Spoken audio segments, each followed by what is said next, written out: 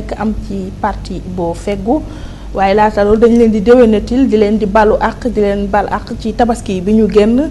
ñëpp xam nañ ne métti na ci borom kër yi waaye lépp lu ñu ci dépensé rek yàlla na leen ko yàlla fulal ñoom ñëpp ci yeneen anam yu gën yi ñu dellu nekk ci seen émission Selebe Yoon di fi dalal ñaari maire yu nekk fii ci Ndakaaru ki ci jiitu di docteur Cheikh Dieng nekk membre ci comité directeur bu parti démocratique sénégalais Roy Kaw ma di la nuyu. maa ngi leen nuyu soxna Ndeye Fatou maa ngi nuyu sa auditeurs yëpp di commencer aussi comme ni nga ko defee di leen baalu àq ci Aïdal Kébir bi ñu jógee donc di leen nuyu di leen ziare di leen masawu coono et di nuyu aussi tous vos téléspectateurs di nuyu tout le Sénégal. ñu lay fay ki nga xamante ne moom ngay jàkkaarlool ci débat bi di monsieur Cheikh Gueye nekk maire bu Dieuppeul Derklé ma di la nuyu bokk ci parti bi di LDMPT. jërëjëf Ndeye Fatou léegi LDMPT kenn dootu ko wax LD rek la ñuy wax. waaw baax na maa ngi lay nuyu di la ziar di nuyu waa kër gi yëpp di déwénati ñu ñuy seetaan rawatina population wu Dieuppeul Derklé di ñaan yàlla mu may ñu fekki ay mën di célébrer tabaski ci jàmm ak dal. ñu lay fay ñu doon nag suñu émission bi ak li nga xam ne mooy actualité bi fi mujjee am génn nañ ci tabaski bi mais biñ ciy dugg coow bëri na woon lool ci maire yi surtout rawatina lu jëm ci wàllu aide secours yi ñuy faral di jox ñi nga xam ne ñoo di population bi ñu gis ne ren dafa am jafe-jafe liñ ci doon xaar mujjuñ koo jot docteur Cheikh Dieng ci sa commune nan nga dundee ñàkk secours yi nga xamante ne moo am ren ci tabaski ji ak rentrée scolaire bi. waaw sant yàlla ñun ñoom au niveau de Djiddah Thiaroye Kaw yàlla def na ñu teel ci jël suñuy matuwaay liggéey ci ba yàlla dimbali ñu ba 7 millions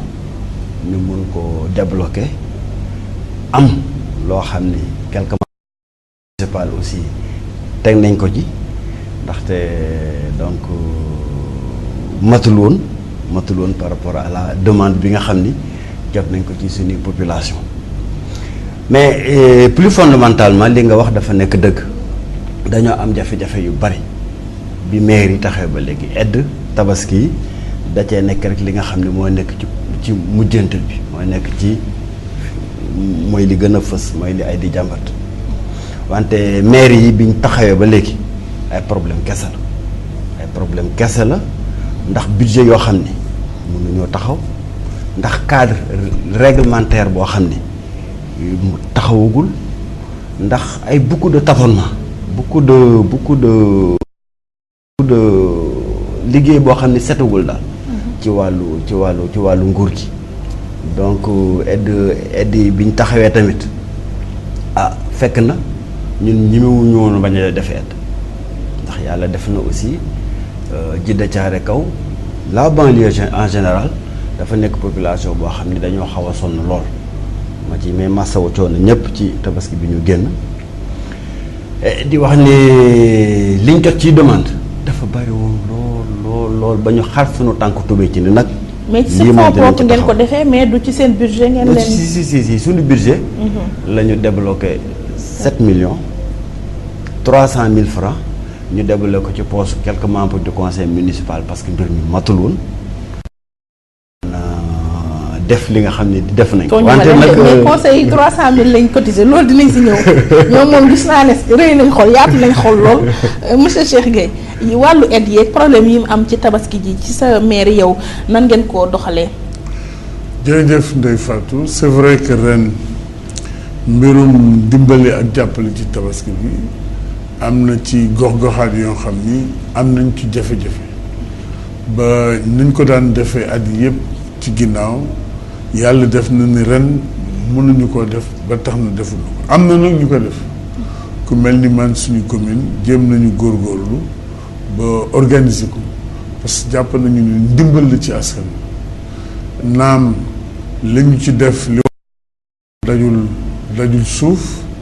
ndax ñi amoon yéene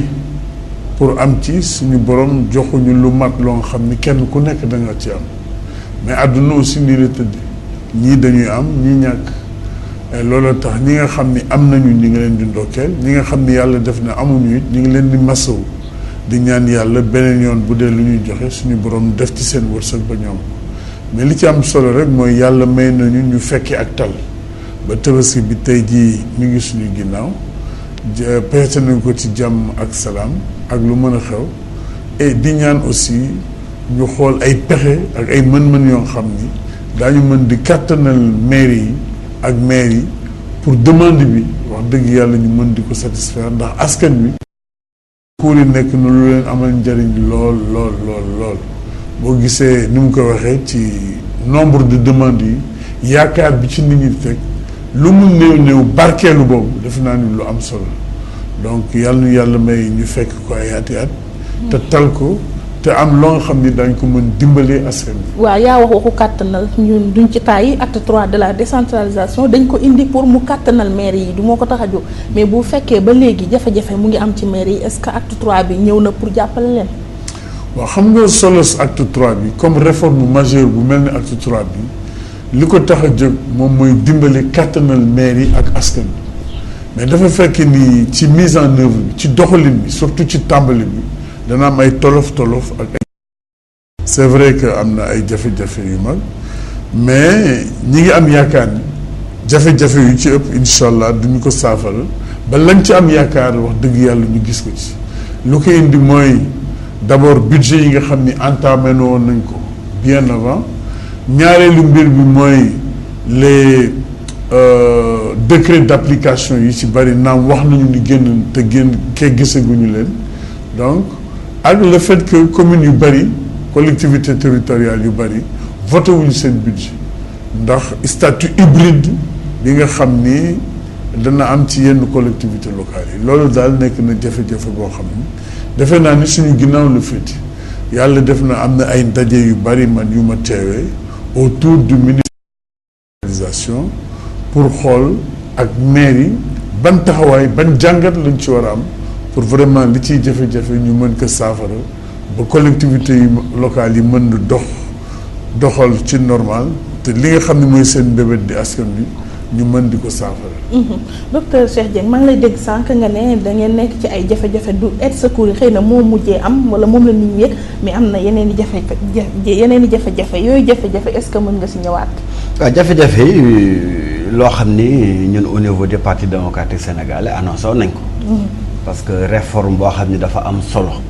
comme réforme acte 3 de la décentralisation nguur gi bi mu koy taxawal li ko waroon mooy mu waxtaan ak parti prenante boole ci askan wi boole ci parti politique yi parce que du loo xam ni gouvernement moo ko moom du loo xam ni président moo ko moom loo xam nag ñun ñëpp ñoo ko bokk dañ koy pencu bu ko defee ci sottantal bi ñu mën ci am xalaat yi gën a rafet ñu tànn ko ci pour mën a taxawal réforme bu baax mais tey boo gisee acte 3 bi dafa nekk un accouchement très très difficile benn ci boo seetee commune d'arrondissement moo amoon fii ci diwaanu Ndakaaru commune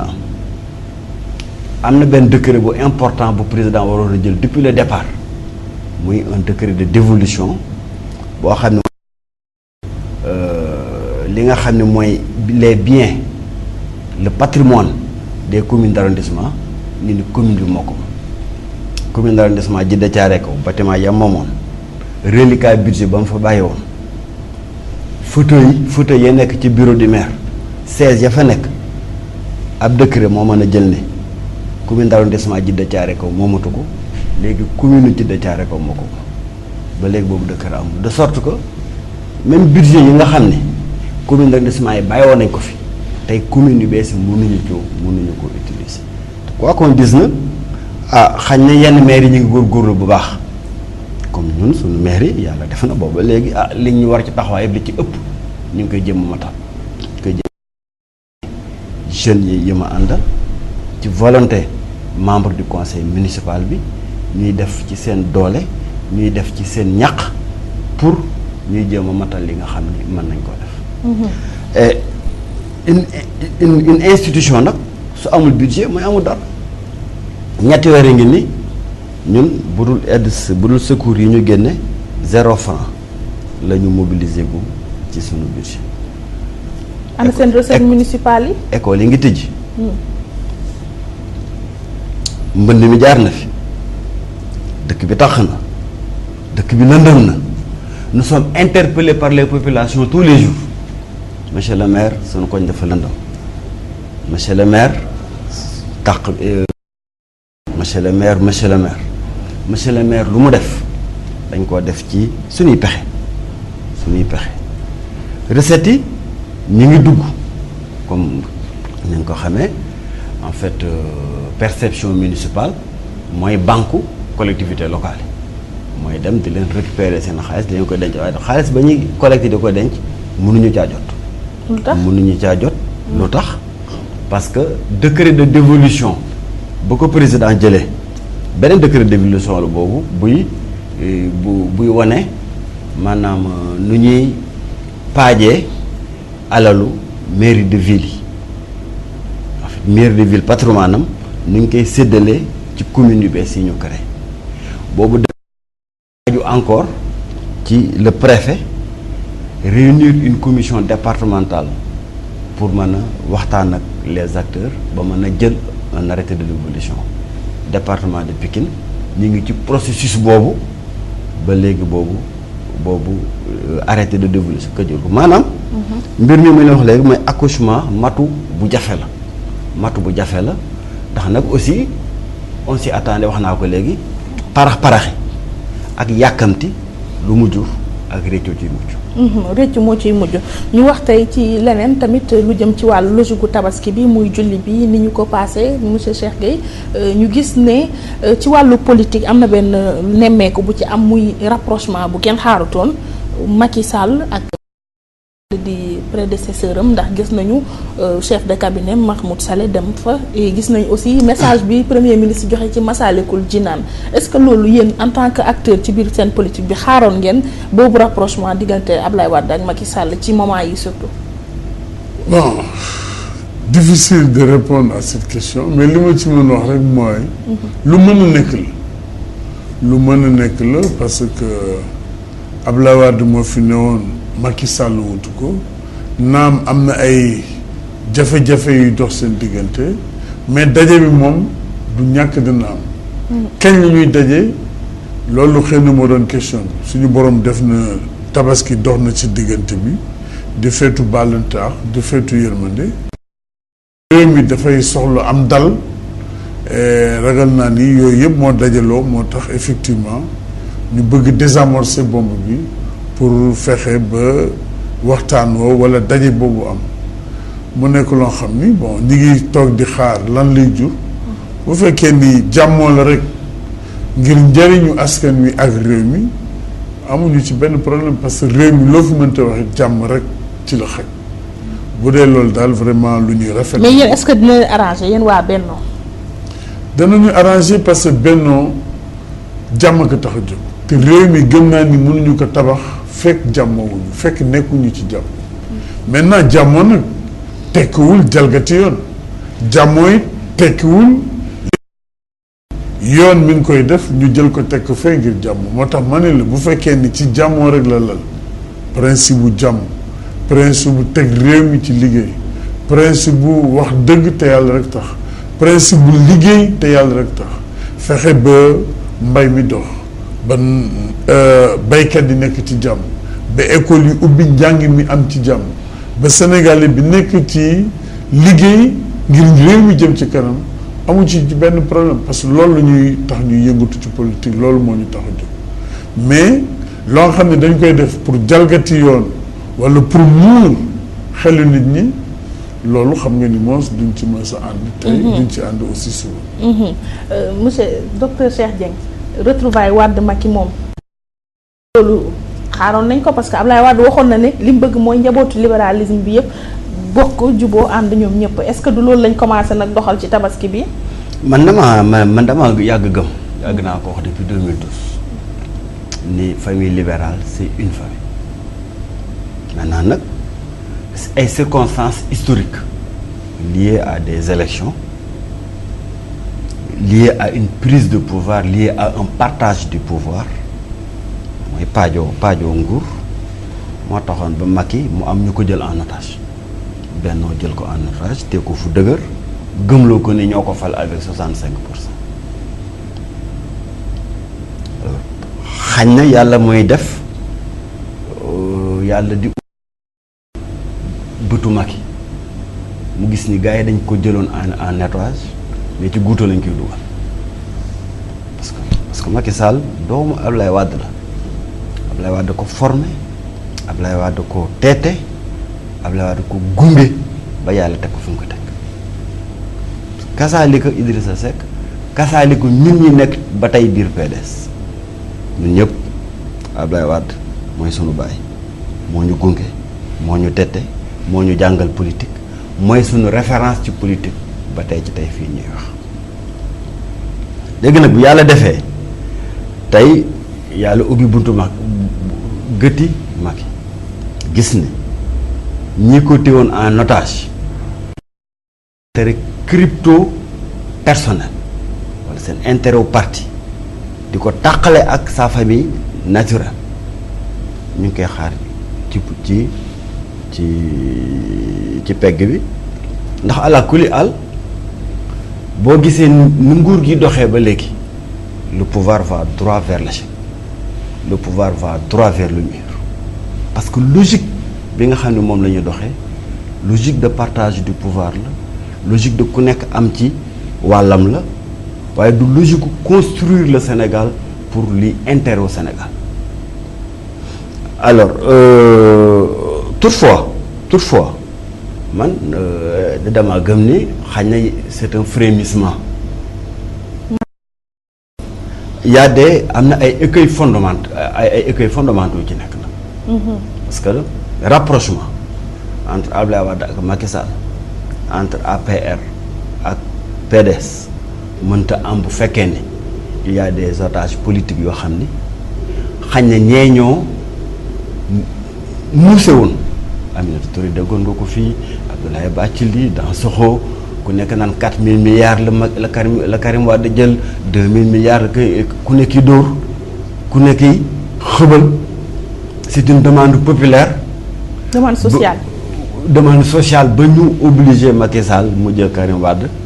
ci base yu féet yu taxawul fenn def ko ci biir kaso à partir d'un tribunal illégitime man li ma gëm mooy ni créé du tribunal boo xam ni mën naa juger Karim Wade mën naa juger sax keneen. donc bu ñu demee ci noonu ça signifie qu'il y a aussi ay écueils ay préalables xam war nañ ko lever mooy réew mi dox ci droit mooy lan koo xam ne da ngaa jalgati nga dem devant les tribunaux ñu woo la devant les tribunaux ordinaires. waaw est-ce que du loolu la ñuy def ak CREI bi. pour créer tribunal d'exception la. Un tribunal d'exception c'est toujours un bras politique c'est toujours pour faire des verdicts exceptionnels c'est toujours pour régler des comptes le procureur général est habilité xam fi toll li gis nga li procureur général mënoon na koo def. bu ñu nee Karim dafa jalgati dinañ si ñëwaat léegi da bu ñu nee Karim daa jalgati. bu ñu nee Aïda Diong daa jalgati bu ñu nee keneen daa jalgati tribunal.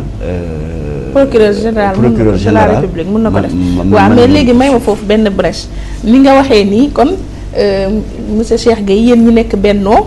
Macky da leen dribblé suñ koy xalaat ndaxte recevoir na waa Bennoo ça fait même pas 15 jours leader yi ñu toog wax ne seen coalition bi dafay gën a dëgër dañu bëgg di gisee di déggoo 2 semaines après muy dem di def des yeux doux à maître Abdoulaye Wade kon nax na leen jaxasoo ma leen nag gisuma nax gisuma jax li ma gis mooy ñun li ñu ñor Bennoo réew mi et tabax réew mi ça concerne pas une famille politique du affaire famille libérale tabax réew mi c'est la famille Sénégal à travers bien sûr ay valeurs ay fondamentaux ay références et ci biir loolu la ñu tabaxee Benno Bokk Yaakaar parce que mënuma considérer ay famille politique boo xam ni Macky fa la ne woon mais li mu daj ci famille boobu mburu daju ko ci taal bi ba pare ñuy convoquer la famille mën na ma jaaxal loolu c'est valable aussi pour Idriss Seck parce que pour man politique day fàttu politique yoon la pour jàppale sa réew jàppale. alors mën ngeen bokk famille politique wala ngeen bokk parti politique ci waxin te bokku leen gis-gis bokku leen jëf-jëf ki nga xam ni bokkuloo ak moom parti ngeen gën a déggoo gën a bokk yoon gën a bokk gis-gis lan moo ci ëpp solo donc bu ñu réeru mbokk ni réew mi fu mu toll te man li ma gëm mooy loolu dañu nekk ci ère coalition du ci Sénégal rek c'est partout à travers le monde mais coalition yooyu dañ leen bâtir autour de valeurs de principes de conviction te yooyu ay nit ñoo koy incarner pas ay formation politique ou bien référence ay idéologie ay nit ak i gëtëm ak i noppam ñooy dëggu jëm ci lii ñooy xar seen tànk pour ngir réew mi te yàlla rek tax mais affaire otage yi mu ci wax nag ak pàccoo bi volonté boobu nga xam ne non moom ci gëm benn loolu en matière amul otage parce que toll na réew mi ak démocratie toll na foo xam ne ku ñu nax rek daf la neex ku ñu nax daf la neex surtout magum jëm ñoo xam ne pendant combien d'années seen àdduna yëpp dañ ko consacré ci réew mi par des sacrifices en étant jeune sacrifice à tout point de vue de leur vie de leur temps de leurs moyens rien que pour servir réew mi ñooñu bu ñu ñëwee toog ba ñu leen di berner wala di leen nax ça veut dire que c'est le monde à l'envers ñun war nañu même jaaxle ci loolu maintenant li am et il faut le comprendre et c'est tout à fait normal boo newee ci pouvoir moyens yëpp dafa normal pour préserver pouvoir et quand tu es un chef d'État d'accord naa ci man ñi nga xam ni yaa leen njabootu yëpp ci réew mi war nga mën dox seen diggante ci jàmm opposition du noonu du xiiroo tey ñii gagné war nañu gagné gouverner ñi nekk opposition et tout ça ñu def ko ci ngor ci dignité yàlla rek moo xam ëllëg lan mooy amaat. waaw mais ci moment yi xam nga tam politique moom dara du ci gratuit moom lépp acte bu ñu posé rek am na lu ko waral ak lu mu ci jublu. ci moment yi rapprochement Wade Macky est-ce que du indi libération Karim ak libération yeneen prisonniers yi nga xam ne ñu ngi bokk ci PDS. ndax foofu négociation mun na fa am ndax Mahmoud Saleh ñëpp xam nañ ne kàngamu politique la bu demee ba gisu Wade rek waxtaanee nañ fa loo xamante ne bu sottee. loolu yëpp aussi c'est pas surprenant gis nañ ko dans l'histoire politique du Sénégal comme ailleurs mais li am solo mooy tel que soit schéma yi ñu teg fekk mi ngi dëppoo njariñu réew mi ngi dëppoo ak droit ak yoon amuñu benn problème mais tel que soit lu ñu jege wala ñu bokk ak actes yi ñu posé nekkul acte yoo xam day renforcer démocratie dañ ko teg ci dëgg teg ko ci njub teg ko ci tabax réew mi képp ku ko mënti def daañ ko dénoncer daañ ko xeex parce que politique boobu taxuñu jóg ñun li ñu tax a jóg mooy politique bu dëgg di wax dëgg di def dëgg parce que li am solo tey Ndeye Fatou mooy lan mooy ñun dañu def politique pour que liggéeykat bi mën di liggéey bu weer wu deewee mu mën a fay dañuy def politique pour école bi mën di fonctionner normalement xale bi di dem di jàngi te du ba am benn jafe-jafe bu jàngee ba jàngam bënn ba mu noppi mu war a mën a liggéey dañuy def politique pour jàmm am ci réew mi dañuy def politique pour dund gi yomb dañuy def politique pour dëkk bi leer dañuy def politique pour dëkk bi set donc li ñu soxal mooy doomu aadama mbindeef bi nekkinam ak dundam ci kaw suuf loolu moo ñu tax def politique donc c'est autour de valeurs et de principes maintenant li ci des moom yëfu politicien la te ñun yëfu politicien bu dëppawul ak yoon rek ak koo monti doon dañu la nga xeex dañu la attaque waaw léegi docteur Cheikh Dieng est-ce que du yéen pression au niveau du PDS moo tax nag Macky bëgg a yolomal tànkam teggi tànkam ci yenn prisonniers yi comme Karim surtout ci moment bii nga xam ne procès bi dañ ko tëj war ko ubbi le 13 lundi kon nag ci moment yi est-ce que du yenn négociation moo ci war a am moo tax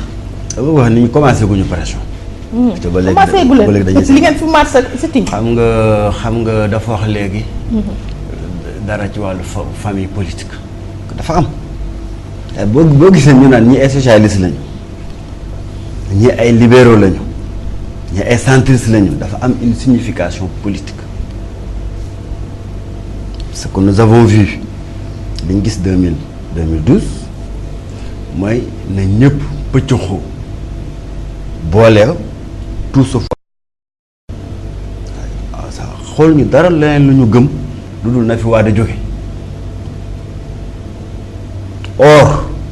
bu ñu nee des libéraux am na une signification politique précise bu ñu nee des communistes am na une signification politique précise il faut que bu ñu bàyyi di lëndëmal xelu nit ñi di jaxasoo di mbubboo que ñun askanu déedéet yow ba ngay politique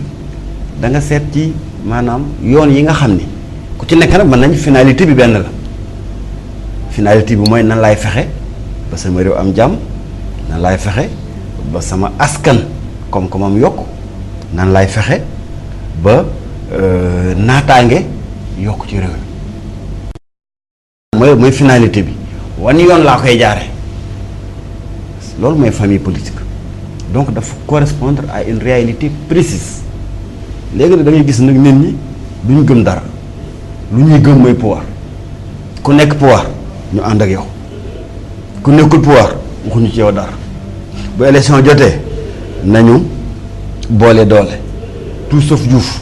lañ fi gisoon 2000 tout sauf Wade. moo leen indi pouvoir. waaw en 2000. waaw mais à la différence que le président Wade a très tôt eu le courage comme gisee ni kii mënuma ànd ak moom ko ci biti. comme ñoom et c'est ce courage là aujourd'hui qui manque encore à Macky Sall. Maintenant parce que président nungu ñu may jël en otage pour des intérêts crypto de partage du pouvoir maintenant leneen li ci nekkaat. waaye yéen deal bi ngeen bëgg a def nag genre protocole de Rebeuss mun na am tam ci affaire Karim Wade de. non xam nga affaire Karim Wade. mun nañ ko xaar dafa nekk un non droit du début à la fin. tey man le minimum bi nga xam ne moom lay xaar ci Macky Sall mooy déjà mu may liberté provisoire mooy bàyyi ndéggandiku Karim Wade en attendant que ñu xool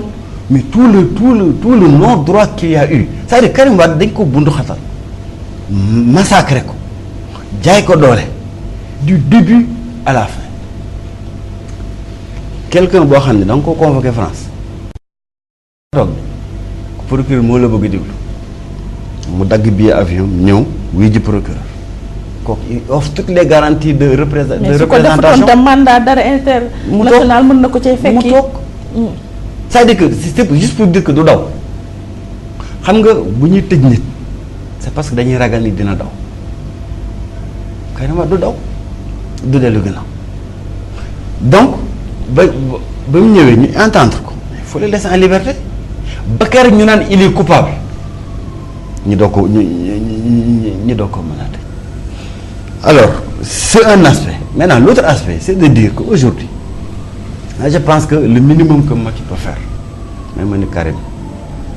jéggal ma procès beeg wax jéeg yépp xam nga procès bi ça a été du pain béni pour la CREI nañ wax d'abord ñaata milliards lañ ci defagum ci instruction bi nañ wax xam nga il y a eu beaucoup de désinformation depuis le départ nga commencé ci Dansokho mu ni 4000 milliards am naa ci ay preuves dem ci Jean-Paul Dias mu ni 2000 milliards am naa ci ay preuves ça aboutit à combien port de Dakar moo ko moom aéroport nu mu tudd Malibo moo ko moom ak Guinée équatoriale Guinée équatoriale Black Pearl bi nga xam ne tey moo lëmbi réew mi Black Pearl nga xam ne moo jox 1 million mooy waa jox wala may waaj a jox $1 million madame Sall. 30 millions. waaw 1 million. 600 millions. 1 million d'euros. 656 millions virgule quelque chose. ñu ne Karim Wade ko moomoon bañ gisee ni Black Pearl jox na $1 million la première dame lañ ko génne ci patrimoine Karim Wade déggatoo fenn ñu koy tudd c'est pour dire que y a eu beaucoup de manipulation de tout le tribunal c'est dans la presse aujourd'hui les Sénégalais sont fatigués de ça. mais Wade na waxoon na ko nee na procès bi da koy jëlee tribunal yóbbu ko ci opinion bi. ñëpp xam nañ mais non kooku c'est le pouvoir qui l'a fait. parce que audition bu ñu def à la gendarmerie. ko ci Walfadjri ci suba sa nga lire ko enquête ci suba sa nga lire ko ci journaux yi ça c'est pas Abdoulaye Wade. mais kon yow dàquloo ne protocole de Rebeuss version Karim dina am. non du protocole. lan lay doon c'est-à-dire que